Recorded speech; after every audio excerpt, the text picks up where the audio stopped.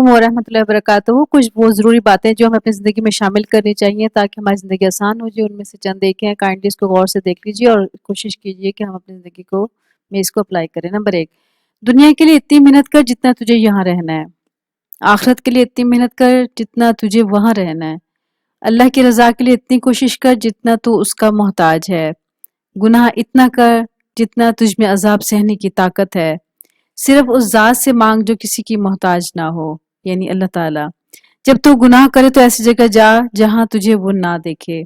جس چیز کا اللہ سبحانہ و تعالیٰ نے وعدہ کیا یعنی رزق، اس کی کمی پیشی کے لیے ہم پریشان رہتے ہیں، اور جس چیز کا رب تعالیٰ نے ہم سے وعدہ نہیں کیا اس کی ہمیں ذرا بھی فکر نہیں ہے، اور وہ کیا ہے؟ آخرت، جنت، دوزخ اور برزخ۔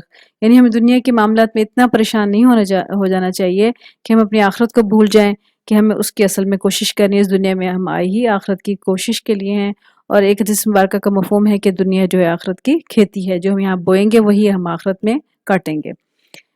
ہماری جس کام کے لیے جو بھی کوشش ہوگی اس کے مطابق اللہ تعالیٰ کی مدد پہنچے گی، یعنی ہماری جتنی جیسی کوشش ہوگی ویسی اللہ کی مدد ہمارے لیے آئے گی۔ تو اب دیکھنا یہ ہے کہ اگر ہمارا کام نہیں ہو رہا تو اس کی کیا وجہ؟ ہماری کوشش میں ہی کوئی کمی پیشی ہے، تو اس کو ہمیں اپنے صحیح سمت میں لگانا چاہیے۔ تنہائی میں اللہ کی نافرمانی کرنے والوں کے پہاڑ کے برابر نیکیاں آخرت میں ختم ہو جائیں گی اور انسان مفلس ہو جائے گا۔ کسی کا حق دینا ہوگا، پھر ایسے شخص کو جہنم میں پھینک دیا جائے گا اگرچہ تہجد گزار ہوگا۔ یہ حدیث مبارکہ کا مفہوم ہے، یعنی ہمیں کسی انسان کا حق ادا نہ کرنا ہو جب ہم اس دنیا سے جائیں، یہاں تک کہ کسی کو خام خواہ گالی گلوچ یا برا بھلا بھی نہیں کہنا چاہیے، یا کسی کی غیبت نہیں کرنی چاہیے، کسی کی چغلی نہیں کرنی چاہیے، کیونکہ آخرت میں یہ جو حق ہوگا ادا ہوگا ہماری نیکیوں کے تھرو۔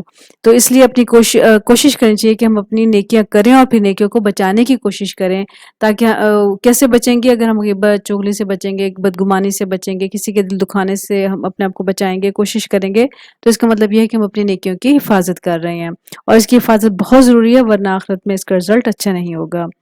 علماء اللہ کے دوست ہیں، ان کی بے حد ہمیں عزت کرنی ہے۔ اچھا، یہاں ایک اور بات میں کلیئر کر دوں، یہ جو ہوتے ہیں نا حفاظت کے اذکار وغیرہ، تو یہ بھی بڑی عمل کی بات ہے، اس کو ذہن میں رکھیں کہ حفاظت کے اذکار صبح سورج نکلنے سے پہلے پڑھیں اور شام کے عصر کے بعد مغرب سے پہلے پڑھیں۔ یہ صبح شام کی حفاظت کے اذکار ہوں گے، ورنہ دوسرے وقت میں یہ صرف اذکار رہ جائیں گے۔ یعنی اگر ہم نے صبح کے اذکار پڑھنے ہیں تو ہمیں سورج نکلنے سے پہلے اس کو پڑھنا ہے، ٹھیک ہے؟ اور اگر ہمیں شام کا جو اذکار ہیں، جو مسنون اذکار ہیں، ہمیں اگر شام کو پڑھنا ہے تو عصر کے بعد پڑھیں، مغرب سے پہلے اس کو پڑھ لیں۔ یعنی جو اسلامک طریقہ ہے وہاں صبح جو ہوتی ہے سورج نکلنے سے پہلے ہوتی ہے، اور جو شام ہے وہ عصر کی نماز کے بعد شروع ہوتی ہے۔ تو اگر ہم صبح اور شام کی اس قید کے علاوہ ان وظائف کو پڑھیں گے تو وہ کیا ہوگا؟ صرف اذکار ہوں گے، لیکن مسنون طریقہ نہیں ہوگا۔ تو اس لیے ہم نے جو کوئی بھی مسنون عمل یا اذکار پڑھنے ہیں تو فجر کے سورج نکلنے سے پہلے پڑھیں اور شام کے عصر کے بعد پڑھیں، تو پھر ہمارا صحیح کاؤنٹ ہوگا، وہ صحیح سنت طریقہ کہلائے گا۔ جو چیز ہمارے اختیار میں نہیں اسے چھوڑ دیں، ورنہ ٹینشن کے علاوہ کچھ نہیں ملے گا، اور اگر اپنے وہ کام جن میں اختیار کرنے سے بڑھ کر کام کریں گے تو ڈبل ٹینشن ہوگی۔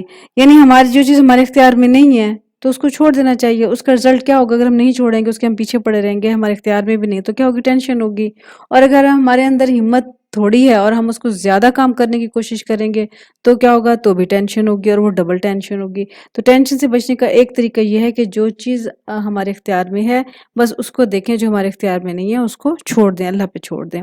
دیکھیں یہاں پہ ایک تقدیر کا مسئلہ بھی کلیئر ہوتا ہے کہ حضرت علی کرم اللہ وجہہ سے کسی نے پوچھا کہ تقدیر کا مسئلہ کیا، تو آپ نے فرمایا ایک ٹانگ اٹھاؤ اپنی، اس نے ایک ٹانگ اٹھائی، تو آپ نے فرمایا آپ دوسری اٹھاؤ، تو اس نے کہا یہ تو میں نہیں اٹھا سکتا، تو آپ نے فرمایا بس یہی تقدیر ہے، جو آپ کے اختیار میں چیز ہے وہ ٹھیک ہے، آپ اتنی کوشش کریں، باقی اللہ پہ معاملہ چھوڑ دیں۔ اگر ٹینشن سے، ڈپریشن سے، پریشانیوں سے بچنا ہے تو یہی فارمولا اپنی زندگی میں اپلائی کرنا چاہیے۔ اور اس کے علاوہ ایک اور بات یہ ہے کہ وہ کام کرنے ہیں جن سے لوگوں کو فائدہ ہو، یہ صدقہ جاریہ ہے۔ تو اگر آپ نے آخرت اچھی کرنی ہے ہم نے، اور دنیا بھی اچھی کرنی ہے، تو ہمیں وہ کام کرنا چاہیے جس سے لوگوں کو فائدہ ہو، اس کو ہم صدقہ جاریہ کہیں گے۔ خیر بھلائی یہ کام جس سے لوگوں کو فائدہ پہنچے، اور یہ ثواب کی نیت سے ہو، نہ کہ مشہوری کے لیے۔ اور ایک اور بات خاص طور پہ ذہن میں رکھ لینی چاہیے کہ کسی کے بھی ذاتی معاملے میں کبھی دخل نہیں دینا چاہیے۔ اگر کوئی مسئلہ بتائے تو اسے اچھا مشورہ، اگر یہ مسئلہ کوئی پوچھے کہ جی آپ ہمیں مشورہ دے دیں، تو مشورہ کے تو ہم امین ہوتے ہیں تمام مسلمان کے، ہم کس سے کوئی مشورہ لے تو اسے بہت اچھا مشورہ دیں، اور اس کو مشورہ بھی دینا چاہیے اور دعا بھی دینی چاہیے۔ اور پھر بات وہیں پہ ختم کر دینی چاہیے. یہ نہیں کہ کوئی مشورہ لے رہا ہے تو اس کے 10 لوگوں میں اس کی بات کو آؤٹ کیا جائے، یہ بھی نہیں ہونا چاہیے. اور کسی کے ذاتی مسئلے میں بالکل ہمیں دخل نہیں دینا چاہیے. اگر ہم خوش رہنا چاہتے ہیں تو ہم یہ چاہتے ہیں ہماری دنیا بھی آسان ہو اور آخرت بھی آسان ہو، تو ہمیں ان باتوں پر عمل کرنا چاہیے. اور عمل کرنے کے ساتھ ساتھ ہمیں یہ باتیں دوسروں کو بھی بتانی چاہیے، ان سے بھی شیئر کرنی چاہیے تاکہ کسی اور کا بھی بھلا ہو جائے اور آسانیوں میں زندگی گزارے. تو آسانیوں میں زندگی گزارنے کا سب سے بہترین طریقہ یہ ہے کہ ہم قرآن و سنت کے مطابق زندگی گزاریں. جو قرآن پاک میں اللہ تعالیٰ نے فرمایا ہے کہ انسان کو کیسے زندگی گزارنی چاہیے، ویسے اور نبی صلی اللہ علیہ وسلم کی جو تعلیمات ہیں اس پہ ہم عمل کرنا چاہیے. اس سے ہماری زندگی آسان ہو جائے گی اور انشاءاللہ ہم ڈپریشن سے بھی بچ جائیں گے اور مشکلات و پریشانیوں سے بھی بچ جائیں گے. اللہ تعالیٰ ہمیں علم کے ساتھ عمل کرنے کی توفیق عطا فرمائے. آمین یا رب العالمین. السلام علیکم ورحمۃ اللہ وبرکاتہ.